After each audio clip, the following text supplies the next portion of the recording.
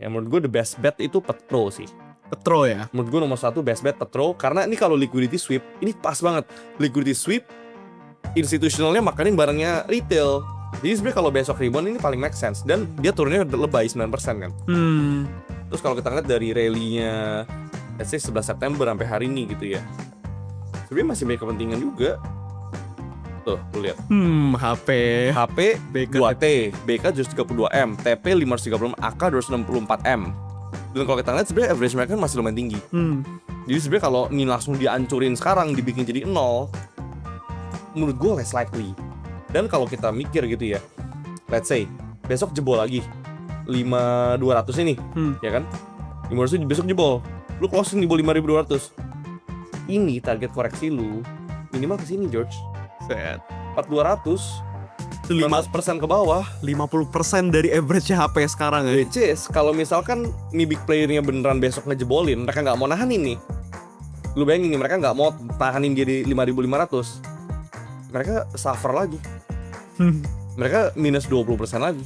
Iya. Meanwhile kalau mereka beneran ke 4000, ini HP 2T, sisa 1T uang ya.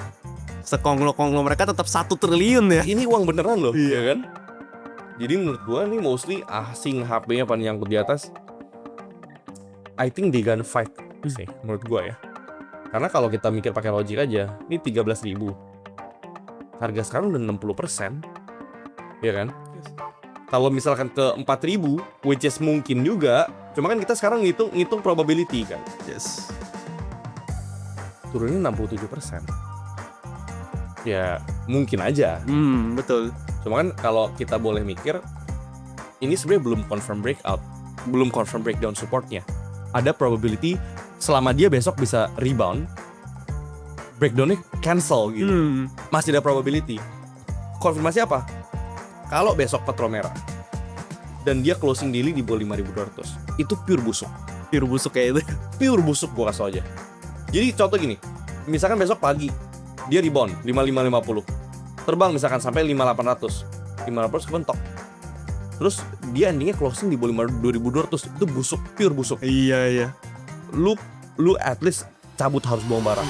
Hey Fit, Hey George, gimana nih? ISG minusnya 4,5% hari ini. Gimana nih Fit? Si Fitch ubah Indonesia outlook jadi negatif. Walaupun ratingnya tetap sama, tapi ya lu lihat impact-nya. Kita udah digebuk 3 kali ya berarti. MSCI crash, Moody's rating, Fitch rating hari ini. Gimana Fit pandangan lu sama market?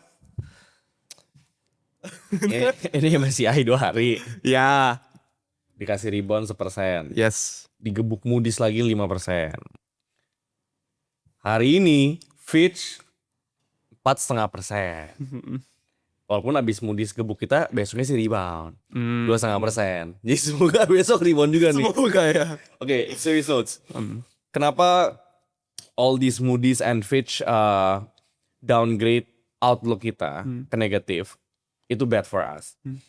Walaupun rating kita itu nggak diturunin, cuma kalau outlooknya negatif, artinya mereka seeing some risk dalam sistem keuangan kita.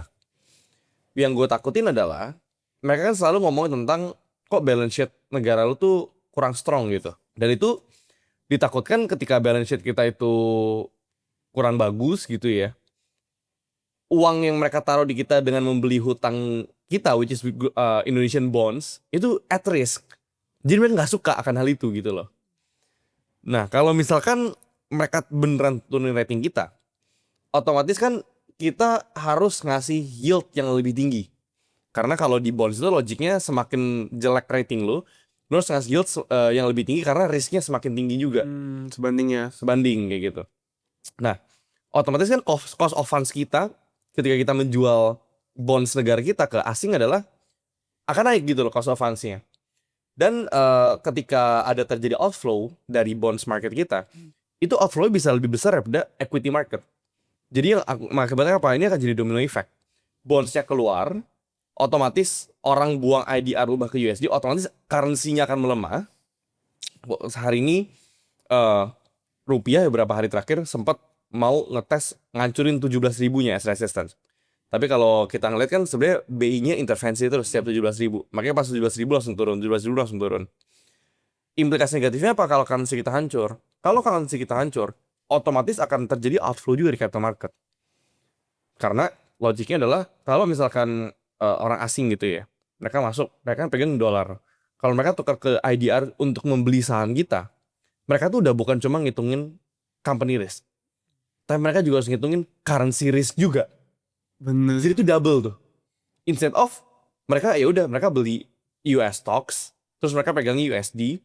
USD-nya anyway menang lawan kita 7% setahun, ditambah sama capital gain mereka dapetin di US.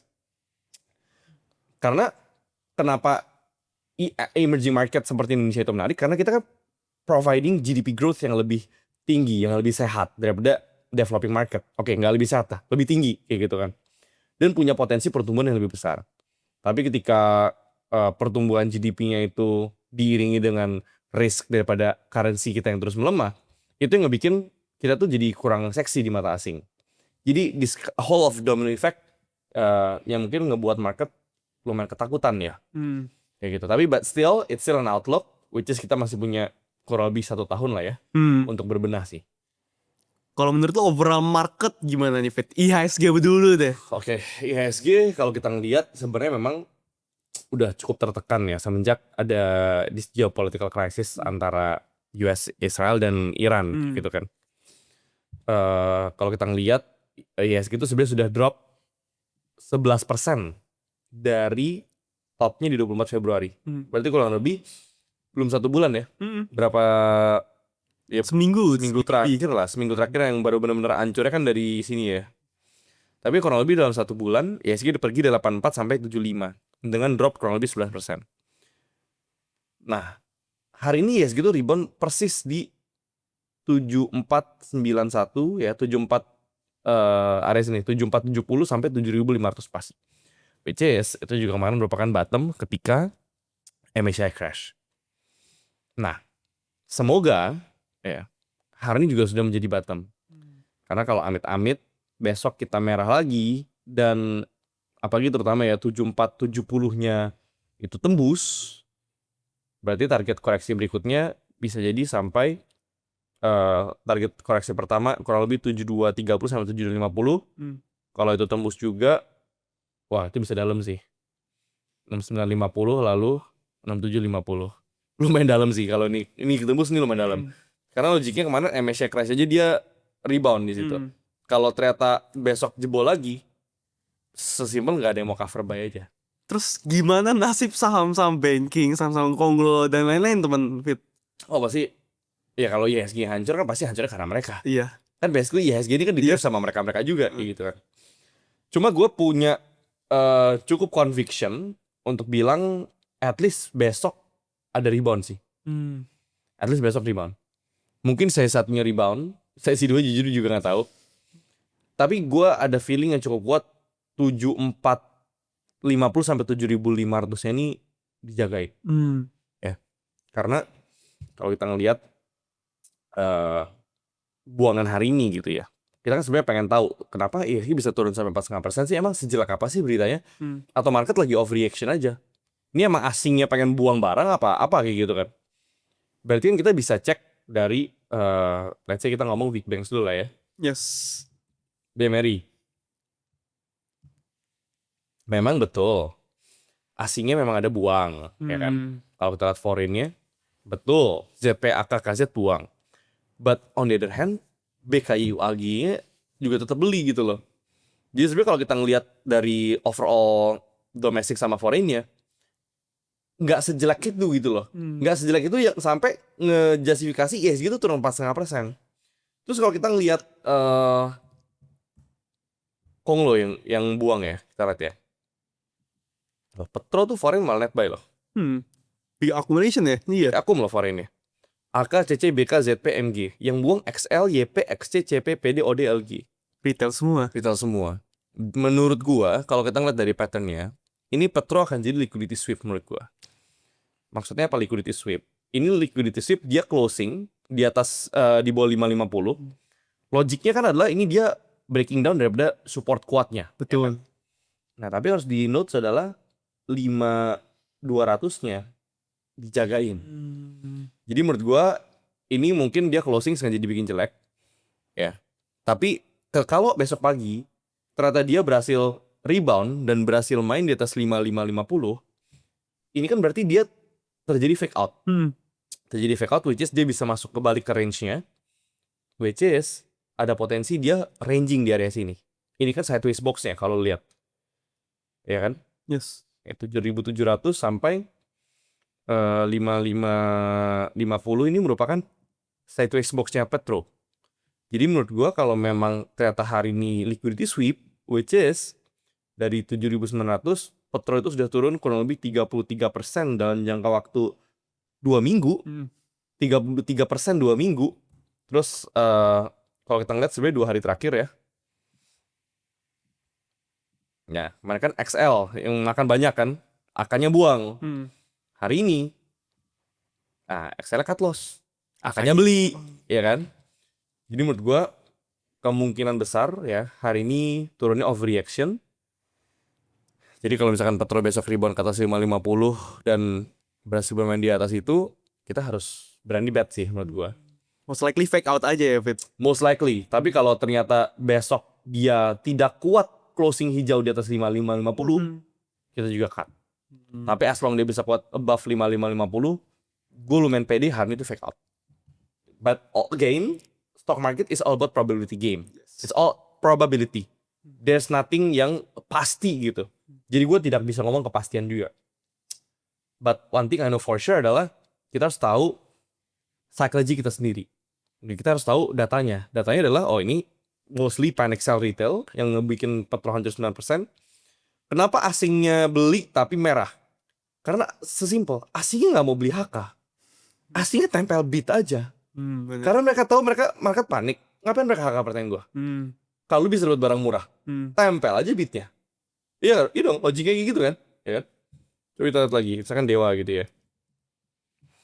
Nah, Dewa, AK, CC, CP, KK, AZ, YU, PD, XL, ini XC, ZP.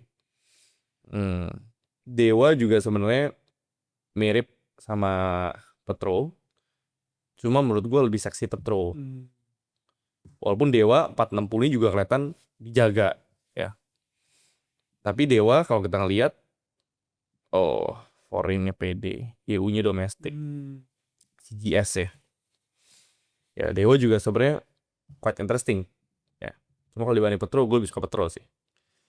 Bumi kalau kita lihat ya mostly scalpers ya, MG-nya buang, SS-nya mulai tampungin lagi 234-nya. Kita coba Raja ya. Raja masih lumayan berat. XL, IFPD, ZPXC, CC ngumpulin ratu 6.000, 30 miliar. CC-nya domestik setengah, foreign setengah ya. 6.000. Oke. Apa lagi? Masih impact. SQRF, XLP, KK, XZ, AZ. Dan PC juga 1.800. Kita kalau ngeliat mostly all Congo stocks. Ini lagi ada di support kuat ini MSCI crash-nya, ya kan? Ini kan tribun MSCI crash. Betul. Ya kan? Kalau kita lihat Petro, tribun MSCI crash. BRMS actually lumayan jelek karena dia closing di bawah 900-nya. Cuma kalau kita lihat ada yang menarik, BF-nya sebenarnya kan. BF-nya mulai ditahanin lagi. Cuma ya BRMS risknya 840 sih. Cuma menurut gue sama ya, terlalu sideways. Jadi mungkin kalau rebound tipis lah George. Ya kan? As long dia bisa stay above 840 kan sebenarnya masih kuat untuk sideways di sini ya nih. 1020. Ya kan ini 840 sampai 1020. Ya, ini kan merupakan sideways range-nya. Jadi kita kalau lihat sebenarnya most Konglo tuh belum downtrend actually. Lagi di ujung tanduknya. Lagi di ujung tanduk tapi jeleknya. Nah ini kan sebenarnya belum downtrend. Betul. Tapi betul lagi di ujung tanduk ya kan. Nah contoh Bumi gitu. Lu ke strongest support lu 6,5%. Tapi lu ke last pivotal point-nya 12%. Risknya 1/2.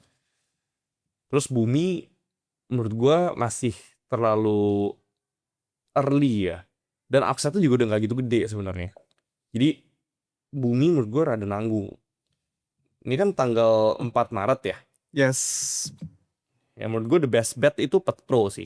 Petro ya. Menurut gue nomor 1 best bet Petro. Karena ini kalau liquidity sweep, ini pas banget. Liquidity sweep, institusionalnya makanin barangnya retail. Jadi sebenarnya kalau besok rebound ini paling make sense. Dan dia turunnya lebay 9% kan.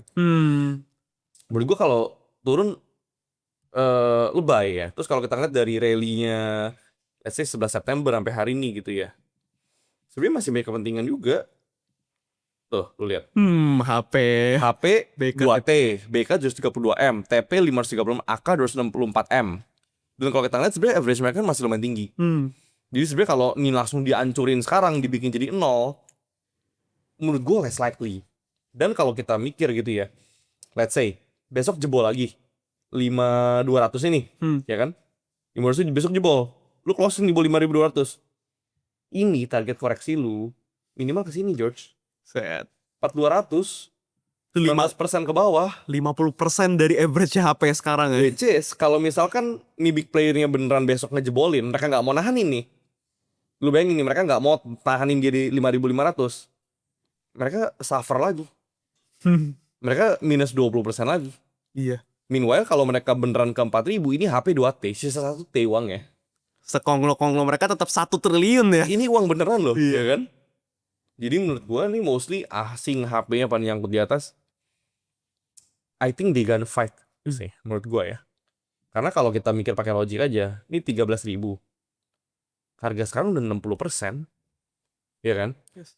Kalau misalkan ke 4.000, which is mungkin juga, cuma kan kita sekarang ngitung probability kan. Yes. Turunnya 67%. Ya, mungkin aja. Betul. Cuma kan kalau kita boleh mikir, ini sebenarnya belum confirm breakout, belum confirm breakdown supportnya. Ada probability selama dia besok bisa rebound, breakdownnya cancel gitu. Masih ada probability. Konfirmasi apa? Kalau besok Petro merah dan dia closing daily di bawah 5.200, itu pure busuk. Pure busuk kayak itu. Pure busuk gua kasih aja. Jadi contoh gini, misalkan besok pagi dia rebound 5550. Terbang misalkan sampai 5800. 500 kepentok. Terus dia endingnya closing di bawah 2.200. Itu busuk, pure busuk. Iya. Lu at least cabut harus buang barang. Cuma kalau kita ngitung risk and rewardnya ya, misalkan lu barang 5550. Risk lu ke 5200 itu kurang lebih 6%. Yes. Memang rada lebar. Cuma ya namanya Samkong lu expect apa gitu kan. Ya mungkin lu ini range 6% ini mungkin lu jangan full semua barang lu 550 lah. Mungkin lu 550 beli, 5400 beli, ya mungkin cicil di daerah sini dengan lu percaya bahwa dia gak akan close di bawah 5200. Cuma kalau lu bener nih 550, dia balik ke 7700 deh, kelas high-nya di sideways range-nya 38,8%. Jadi sebenarnya kalau kita ngitung risk and reward ratio itu kurang lebih 1:6. Lebih ya. Which is okay, ya kan? Apakah dia bisa bertahan di 5.200? I don't know. Apakah kalau gue bisa ngomongin tiba-tiba Petro yang terbang, gue juga nggak tahu. Cuma yang kita bisa lakukan hanyalah menganalisa, berpikir pakai akal sehat, kita ngeliat money flow-nya, kita ngeliat teknikalnya juga ada harapan, walaupun nih sellernya kencang sekali, cuma turunnya juga oversold, udah terlalu lebay gitu ya. Dan belum ada cover buy sama sekali. Kalau gue jadi big player-nya, menurut gue cover buy-nya harusnya besok. Which is tanggal 5 Maret 2026. Oke, berarti just trust the data, punya conviction, punya conviction, play the probabilities, and execute the plan excellently. Dengan proper risk to reward ratio. Ya. Dan kalau ternyata besok Petro bener, rebound, dan stay di atas 5550, kita sell apa?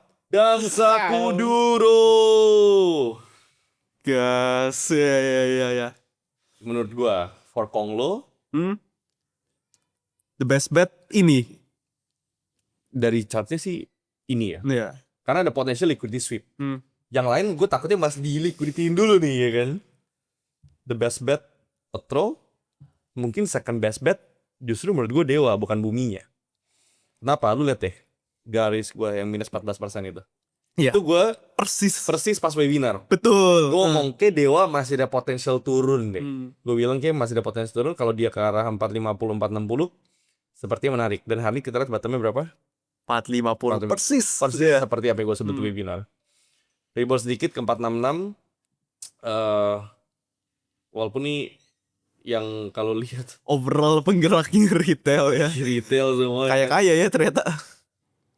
dia kan ada 11 September ya kan. Iya. Kalau kita ngeliatnya per hari ini sebenarnya ini ya asingnya juga sebenarnya udah oke lah. 472 466. Let's say average retail mostly di 538. Asing di 4. Sekarang baru beli nih 460-an. Lu ke 535 tuh masih ada 15% upside. Which is ini range-nya memang dari after MSCI crash kalau kita lihat kan pivotal point-nya 540. So 540 sampai 450 ini adalah range-nya Dewa. Jadi kalau Dewa besok rebound ya mungkin target pertama di 540. Ya, coba balik lagi ya kalau kita ngeliat Dewa sebenarnya patternnya mirip sama Bumi. Jeleknya apa? Ini inverted cup and handle. Ya kan? Ini inverted cup, ini inverted handle. Jadi sebenarnya Dewa kalau breaking down dari 450-nya, wah ini super busuk. Ini dia kalau jebol ini ya, wah, you say bye-bye deh tuh Dewa. Ya, at least potensialnya dia koreksi ke 300. Apa kabar XLXC 800M fit itu tadi? No comment ya. nah komen. Nah, ya. Jadi kita ngelihat minggu ini adalah minggu yang krusial. Kenapa? Karena kalau kita ngeliat all the technicals, all the flow, kalau hari ini jebol, then bye-bye. Okay. Tapi ya, we as a trader, as a retail trader, kita bisa full cash, kita bisa full all in barang. Yes, betul. Sometimes in this kind of bad moments, di mana semua lagi di ujung tanduk, ketika semua jebol, you need to cut all the losses. Karena lu lihat downside-nya 30%, tadi 30% juga. Mungkin akan ada severe market crash. Tapi kalau misalkan kita bet, kayaknya nggak mungkin deh market crash. Atau misalkan malam ini tiba-tiba Iran sama US berdamai ya kan. Marketnya besok rebound berarti kan 450, petrol dari 5.500-nya semua dijaga. Dia berhasil closing above that. Patternnya nggak jadi rusak. Karena ini kalau inverted cup and handle-nya beneran ini, Dewa udah bukan uptrend. Dewa is going downtrend. Super bearish ya. Bearish. Actually kalau kita ngomong bearish, ya sebenarnya udah turun 45%. Sebenarnya udah bearish juga sih. Sebenarnya udah crash. Sebenarnya udah bearish kayak gitu loh. Cuma kalau kita ngomongnya dari longer perspektif kan dia turun 45%, tapi dia sebenarnya 35%. Jadi sebenarnya kalau kita ngelihat dari longer perspektif, ya kalau lu lihat begini ya jebol. Tapi kalau lu lihatnya begini, ya kan? Ada chance sedikit, masih ada chance sedikit. Iya. Ada chance sedikit nih, ya kan? Tapi kalau dia jebol juga, misalkan 440-nya, Ya wes, udah jebol. Udah segala jenis tren udah jebol nih. Ini udah pure downtrend. Ya, we hope for the best. Kita cuma bisa menganalisa, kita cuma bisa making plans. Sisanya ya kita tinggal execute. Kayak gitu.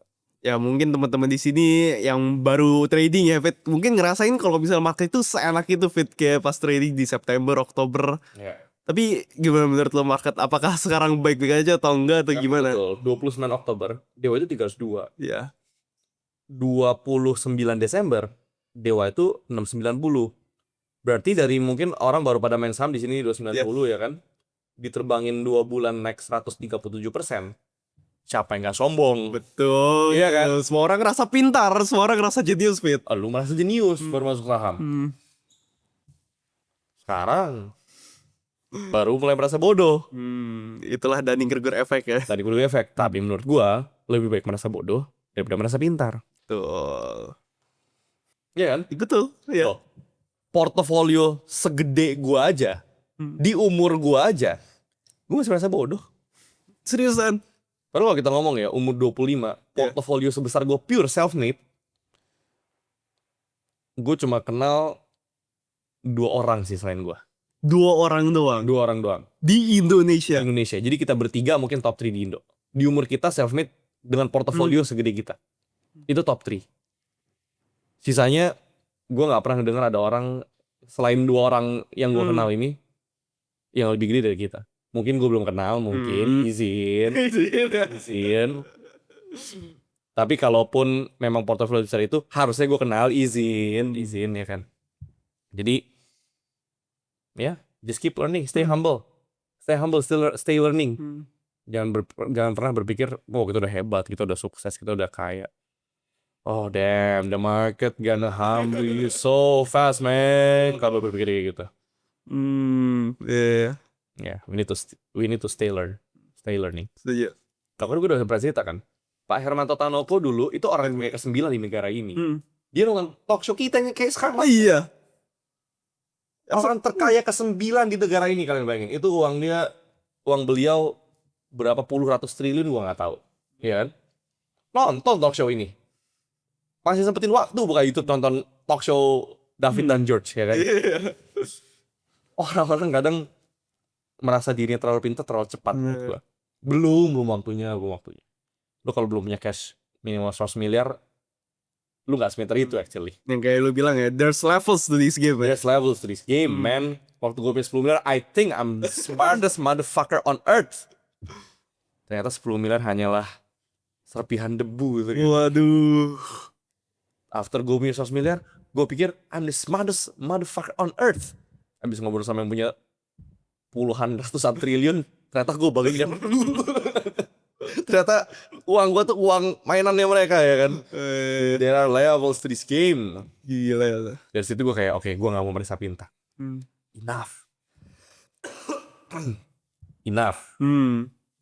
Ya gitu, George. Overall berarti gimana? Lu rasio portofolio berarti gimana? Overall cash, saham tuh gimana? Mungkin all portfolio ya. Yes. Kalau digabung investing trading, mungkin gue right now at 50% cash sih. 50. Investment size gue udah cukup gede dan gue nggak jual sih sekarang. Oh, oke. Still hold. Trade gue ya, mungkin cash gue sekitar 67-70%. Tapi masih ada barang-barang bawah banyak gue belum jualin. Gue nggak bisa sebut di sini juga. Iya, jangan. Kurang lebih 67-70% lah. Should be more deh. Kayak 70-75%. Segitu lah. Kira-kira apa signal market yang bisa bikin lu reduce cash lu, terus pindah mulai alokasi ke saham atau apa? Sebenarnya kan kita harus mikirin beberapa kondisi. Pertama, fundamentals. Fundamentals kita kan sebenarnya oke. Kita nggak ke effects. Laba juga bukunya pada bagus, ya kan. Kita tuh jeleknya di structural. MSCI ini kita lagi diancam nih, ya kan. Parah. Belum ada kepastian sampai sekarang. Itu overhang pertama. Kedua, makro kita, geopolitical lagi panas, ya kan. Kalau geopolitical lagi panas, apalagi Iran itu kan ada Selat Hormuz, which is 20% supply minyak dunia kan di situ. Terus kita juga bergantung sebenarnya sama supply-nya Timur Tengah, walaupun kita juga bisa ambil di Rusia gitu kan. Tapi jeleknya apa? 60% minyaknya China itu dari Timur Tengah. Jadi kalau China bermasalah, kita juga bermasalah gitu loh. Bener. Terus kata salah satu menteri kesayangan kita, katanya BBM kita cuma cukup buat 20 hari. Waduh, sakit banget. Pas gue baca Jepang 254 hari. Waduh, apa gue beli tiket ke Tokyo, ya kan? Kalau di sini ntar gue bilang ke cewek gue, kayak gue besok beli kuda deh. Gue sih punya sih kuda merah. Gue sih punya kuda Itali di bawah. Cuma kayak gue harus beli kuda, bener-bener kuda, tau gak? Kuda kayak kuda Delman ya, Delman. Jadi kayak lubu gitu kan. Kayak gue harus beli kuda deh. Kalau gak ada bensin, masa gue jalan kaki? Kalau ada kuda kan enak, gue cetuk gitu kan. Balik lagi ya. Balik ke zaman Three Kingdom ya, Samkok gitu kan. Ntar gue tinggal beli tombak, gue perang. Itu perang gitu kan. Itu ya, ketidakpastian geopolitiknya juga jadi overhang. Terus ketika commodities price-nya naik, guess what? Oil price naik. Apalagi with all this short of supply, terus cadangan kita cuma tinggal 20 hari, sudah pasti BBM naik. Ketika BBM naik, guess what? Inflation-nya naik. Iya kan? Ketika inflation-nya naik, ya kan semua berawal dari transportation. Ketika gas price naik, transportation-nya lebih mahal, otomatis supply chain terganggu. Which is apa lagi? Perkapalan. Ya kan?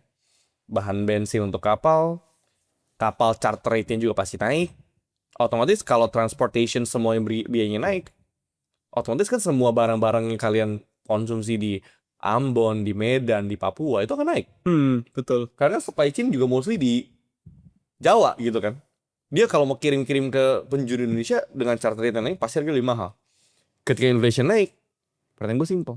Gaji lu naik gak misalkan? Productivity growth-nya naik gak? Kalau productivity growth-nya nggak naik, tapi kayak karena shortage of supply, inflation jadi tinggi, apa itu jadi? Stagflation dong. Income lu stagnan, inflation naik. Very bad ya. It's a very bad conditions gitu loh. Ketika itu terjadi, grassroots ekonomi akan susah. Ketika grassroots ekonomi susah, perusahaan tidak ekspansi, here we go again. That's very bad for economy. Jadi sebenarnya ya kita berharap sih sebenarnya semoga ini semua perangnya De-escalate, selesai dengan cepat. Hormuznya dibuka lagi. Terus please Pak, cadangan BBM kita diperbanyak. Saya nggak mau lagi kayak kuda pada konta gitu kan. Hopefully our currency juga bisa stable di bawah 17.000 USD/IDR. Ya sebenarnya banyak lah gitu, kita ngomong harapan. Iya, harapan banyak banget ya kan? Ya cuma kita sebagai trader, sebagai investors, nih kita bisa lakukan hanyalah managing risk actually. Kalau lu tidak yakin dengan situasi market, jangan all in. Lu harus punya cash supaya if the worst thing happens, lu tetap punya buying power untuk beli di bawah. Karena kan sebenarnya prinsip dari black investing adalah buy when there's blood on the streets, even when it's your own blood, ya kan? Itu kalau nggak salah kata Sir John Templeton tuh. I'm not sure sih itu kata dia atau bukan, cuma katanya sih iya. Jadi at these current conditions, what should we do adalah pertama stay cash, yang kedua stay defensive, yang ketiga stay hopeful. Jadi harus selalu optimis, jangan pesimis. Harus selalu melihat akan ada titik terang dari semua permasalahan. Yang ketiga, yang keempat, stay fighting. Kita analisa, kita perhatiin kayak gini, kita jagain terus chartnya. Ya kita apalagi di Fortis gitu ya, kita kasih terus research, kita jagain orang down Fortis Circle. We need to stay hopeful. Karena kita percaya dalam setiap krisis pasti ada kesempatan. Ya kan? Waktu Dewa turun, ketika MSCI crash dari 20 ke 430, ini dia drop dalam 3 hari, dalam seminggu 30%. Lalu dalam 2 minggu kemudian dia rebound 55%. Dropnya 32, tapi kalau balik naik ke 55. Contoh kayak gini misalkan, dia sudah drop lagi nih. Ini contoh aja ya. Ya, contoh. Dropnya 31%. Tapi kalau dia balik kelas high sebelum dia drop, returnnya 46%. Spreadnya 16% ya. Spreadnya 16%, antara down 30%, kalau lu beli dia naik ke last high, plusnya 46%. Jadi sebenarnya this is also the beauty of capital market. Yang terpenting apa? You need to cut your losses fast. Karena kalau lu kena drawdown, untuk lu balikin juga susah. Lu kalau kena drawdown 50%, lu mau balik ke level semula, lu harus untung 100%. Jadi stay defensive, stay cash, buy only when you have high conviction. Ketika nggak ada idea, lebih baik diam, karena lebih baik tidak kehilangan uang daripada kehilangan opportunity. Bener. Lebih baik tidak dapat uang daripada kehilangan uang. And good luck tomorrow. Oke, thank you Fit. Thank you teman-teman udah nonton talk show kita ya. Semoga good luck untuk beberapa hari ke depan. Besok, gue gak tahu nih talk show diselenggarakan ini kapan. Tapi semoga ini bisa jadi pembelajaran dan bisa jadi edukasi untuk teman-teman semua. Stay hungry, stay humble. See you in the market. See you guys. Bye.